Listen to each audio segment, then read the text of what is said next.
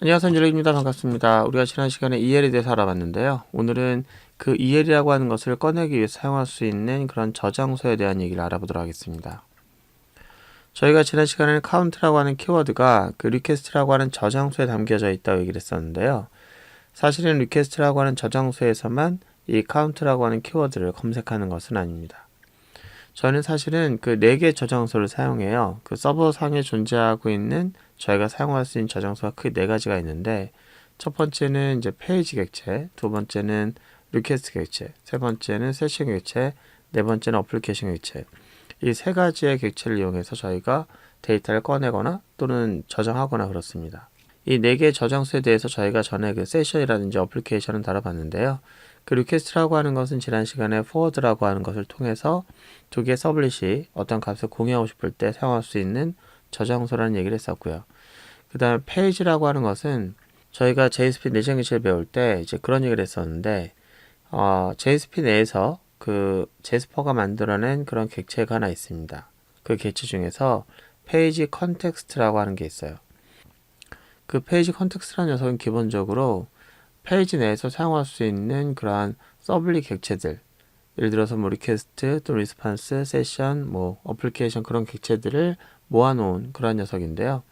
그 녀석이 페이지 단위로 어떤 데이터 저장소 역할을 자가 필요하면은 리퀘스트처럼 저장소 역할도 할 수 있는 그런 객체예요. 뭐 예를 들어서 이렇게 사용할 수 있는데요. 자, 이 페이지는 저희가 지난 시간에 그 이해를 설명할 때 이제 사용했던 마지막 예제인데요. 여기다가 저희가 이걸 사용할 수 있다는 거예요. 그 JSP는 기본적으로 갖고 있는 내용 중에서 내장 객체가 뭐가 있냐면은 페이지 컨텍스트라고 하는 게 있습니다. 이 페이지 컨텍스트라고 하는 걸 이용하면은 서블릿 객체를 얻을 수가 있는데요. 예를 들어서 뭐 get request라든지 get response라든지 뭐 또는 get session이라든지 이런 걸 얻어낼 수가 있어요. 그런데 저희가 이런 객체를 얻을 수 있는 보따리, 어떤 보물상자라고 할 수 있다면은 그 외에도 이 녀석은 이런 목적으로 쓸 수가 있어요. set attribute. 그래서 값을 저희가 AA 이렇게 심으면은 거기다 만약에 뭐 저희가 hello 이렇게 심었다고 합시다. 그러면 여기에 심었던 그런 데이터를 쓸 수가 있는 거예요. 페이지 내에서 우리가 저장소로 쓸 수 있는 그런 객체. 이를 우리가 다른 말로 이제 페이지 객체라고 말하기도 합니다. 이 페이지 객체에 담는 녀석은 저희가 이해를 통해서 쓸 수 있다는 얘기예요. 다시 한번 해볼게요. 저희 다시 오셔서 저희가 여기다 br 태그를 한번 넣고 여기다가 달러하고 AA라고 합시다. 그러면은 꼭 리퀘스트가 아니어도 페이지 컨텍스트, 이제 페이지 객체에다가 담은 그러한 키워드에 해당되는 값도 이렇게 뽑아낼 수 있다는 거예요. 한번 해보도록 할게요. 자, 이거 선택을 하고 컨트롤 F10을 눌러서 실행을 해보도록 하겠습니다. 자, 지금 보는 것처럼 여기 헬로라고 하는 녀석이 출력된 걸 볼 수 있는데요. 예, 이겁니다. 이거 헬로. 와, 그러네요. 우리가 여기 EL을 이용해서 뽑아낼 수 있는 녀석은 페이지 객체, 그 다음에 리퀘스트 객체, 그 다음에 세션 객체, 어플리케이션 객체. 어디에 담겨져 있는 것도 우리가 EL을 통해서 간단하게 뽑아낼 수가 있어요. 자, 그러면 이제 궁금한 점이 하나 생기는데요. 우리가 만약에 이제 여기에 있는 키워드를 가지고 어떤 값을 뽑아내려고 하는데, 만약에 이제 페이지라고 하는 녀석에도 카운트가 있고, 리퀘스트에도 카운트가 있고, 세션에도 카운트가 있고, 이 4개의 저장소에다가 우연치 않게 같은 키워드를 갖고 있는 값을 4개 다 심을 수가 있잖아요. 그러면은 이 녀석은 이 4개 저장소에 있는 것을 다 뒤져서 꺼내오게 되어 있는데, 그렇다면은 이 키워드는 어떠한 저장소에 있는 값을 꺼내게 될까요? 예, 그렇습니다. 오류가 나지 않는다는 것은 충돌이 나지 않는다는 거고, 충돌이 나지 않는다는 것은 우선순위가 있다는 얘기예요. EL이 뒤지는 저장소의 첫 번째 그 공간은 페이지입니다. 페이지에서 뒤져가지고 찾게 되면은 그 뒤는 안 찾아요. 이 값을 가져오게 됩니다.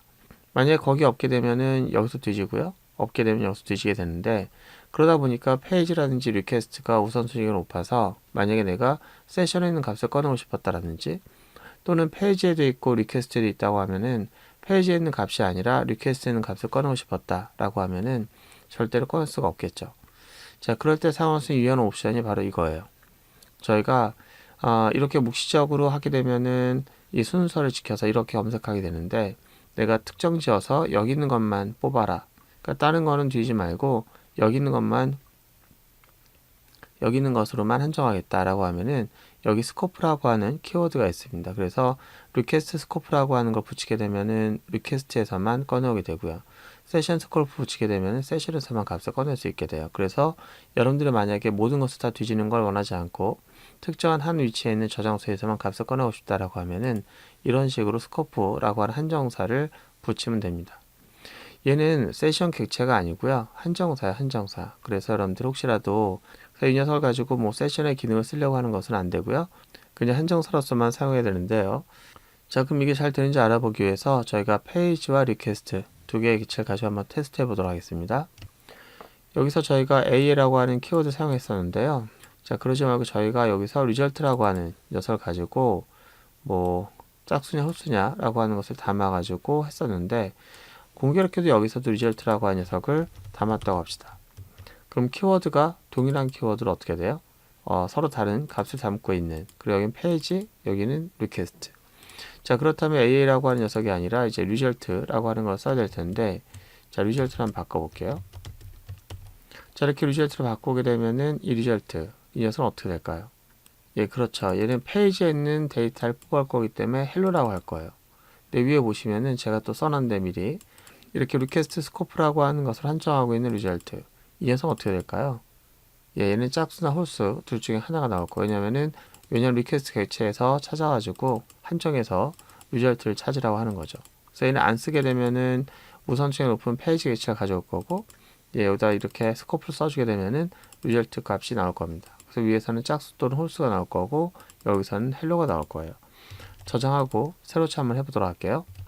자, 하나, 둘, 셋. 예, 달라진 건 없죠. 달라진 건 없는데, 자, 이거를 만약에 지워서 하게 되면 어떻게 된다? 역시나 페이지, 헬로가 나올 거고요. 짝수 홀수는 나오지 않을 겁니다. 저장하고요. 새로 한번 해보도록 할게요. 예, 헬로가 나오죠. 예, 이렇게 해서 저희가 그 저장소라는 녀석을 스코프를 가지고 사용하는 방법을 알아봤는데요. 다시 원래대로 돌려놓도록 하겠습니다. 그리고 이렇게 우리가 4대 저장소를 가지고 우리가 EL 표기를 쓸 수 있긴 하지만 사실 EL 표기는 4대 저장소 외에도 우리가 쓸 수 있는 다양한 그런 객체들이 있어요.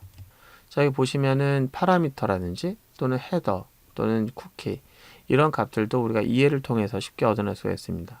물론 여러분들의 파라미터를 우리가 컨트롤러라고 하는 자바 코드에서 얻어낼 수도 있지만 때에 따라서는 여러분들이 뷰단에서 데이터를 얻어야 된다면은 여기서 쉽게 얻을 수가 있어요. 자, 그럼 간단하게 사용하는 방법 보면요. 저희가 파라미터라고 하는 것을 얻을 때는 파람.점 이렇게 씁니다. 헤더에 있는 값을 얻을 때는 헤더.점 이렇게 쓰고요. 그리고 헤더.점으로 쓸 수 있는 그 내용이 만약에 변수 명명 규칙에 맞지 않다고 하면은 대괄호를 이용해서 여기다가 문자 형식으로 그 키워드를 쓸 수가 있어요. 변수 명명 규칙이 안 맞다는 건 뭐냐면은 뭐 대시가 들어간다거나 사이뜨기가 들어간다거나 이제 그럴 경우에는 점 찍어서 바로 쓸 수가 없고요. 이렇게 대괄호를 이용해서 표현할 수가 있습니다. 자, 그럼 우리 간단하게 헤더 정보라든지 또는 파라미터 정보를 이렇게 꺼내는 방법을 좀 알아보도록 할게요. 자, 여기다가 이어서 쓸 거기 때문에 BR 태그 하나 쓰고요. 여기다가는 달러 쓴 다음에 저희가 파람을 한번 뽑아보도록 할게요. 지금 현재는 파라미터를 사용하고 있는 것이 있다고 하면은 위에 보시면은 여기 num이라고 하는 거, 여기 num이라고 하는 것을 저희가 전달받기 위해서 n이라고 하는 파라미터를 쓰잖아요. 그죠? 그 녀석을 한번 여기다 출력해 보도록 하겠습니다. n으로 전달되는 값이 무엇인지 알아보도록 하고요. 이어서 헤더 정보로 좀 뽑아낼 수 있는 거 아무거나 쓰면은 헤더라고 하는 녀석은 이런 걸 얘기하는 거예요. 사용자가 리퀘스트 할 때 보내온 그런 헤더 정보. 자, 어떤 것들이 있을까? 일단 먼저 그 정보부터 먼저 확인해 보도록 할게요. 저희가 개발자 도구를 띄우고 자, 이 녀석을 새로 한번 해볼게요. 그럼 네트워크 정보를 보시면은 이 녀석이 있는데 얘를 선택하시면은 여기 리퀘스트 헤더라는 게 있어요. 이 정보를 저희가 서버에서 뽑아올 수가 있는데 뷰단에서도 이해를 통해서 뽑아올 수 있다는 거죠. 예를 들어서 호스트 정보를 얻어보고 싶다 라든지 또는 accept 정보를 얻어보고 싶다. 여러분들 마음대로 하시면 돼요. 이 accept 정보를 얻어보도록 할게요. 여기다가 accept. 자, 이렇게 하시면은 accept 정보가 이제 출력될 거고요. 이제 파라미터라고 하는 녀석도 마찬가지로 출력이 될 것 같아요. 한번 해볼게요. 일단은 새로 해볼게요. 그러면 accept 정보가 전달됐고 파라미터는 전달이 안 됐는데요. 전달이 안 된 것이 아니라 저희가 입력을 아예 안 했죠. 여기다 파라미터 한번 전달해 보도록 할게요. n은 3 이렇게 하게 되면은 이 파라미터의 값 3이 출력되는 걸 볼 수 있습니다. 저희가 처음에는 아무것도 안 넣었는데 아무것도 안 넣으면 빈 문자리 출력이 돼요. 그래서 여기에는 그냥 깨끗하게 빈 문자리 출력되는데 여기 accept 값이 출력됐고요.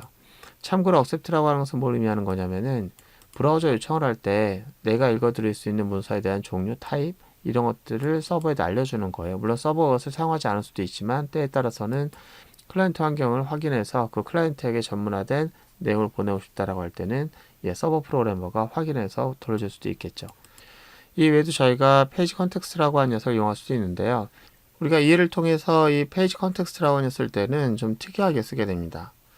예를 들어서 이렇게 되는 거죠. 저희가 페이지 컨텍스트라고 하는 녀석이 있는데 얘를 쓸 수 있다고 하니까 그 안에 어떠한 객체를 얻거나 그럴 때는 이런 getter를 써야 돼요. 그래서 get request 이런 메서드로 쳐야 되는데 EL에서는 이제 함수로 호출하는 방식으로는 뭔가를 사용할 수가 없어요. 모든 것을 그냥 속성을 쓰는 것처럼 써야 되는데 재밌게도 페이지 컨텍스트 다음에 이 안에 있는 녀석을 getter는 사용할 수가 있습니다. getter는 단 get이라고 하는 메서드명은 빼야 돼요. get은 빼고 요 대문자는 소문자로 바꾼 다음에 함수 호출이 아닌 것처럼 이 소괄호를 빼야 됩니다. 이렇게 할 수가 있다는 거예요. 저희가 페이지 컨텍스트라는 녀석을 EL 표기에 쓸 수가 있는데 이 안에는 메서드를 저희가 호출할 수는 없어요. 저희가 EL이라는 녀석은 저희가 자바라고 하는 녀석을 쓰는 느낌을 갖지 않고 객체를 쓸 수 있게 해주기 위해서 getter라는 녀석을 사용하긴 하지만 메서드 호출 같은 느낌을 주지 않도록 하기 위해서 이 get은 빼고 얘는 소문자로 하고 괄호를 없앱니다. 이런 식으로 이어서 쓸 수가 있어요.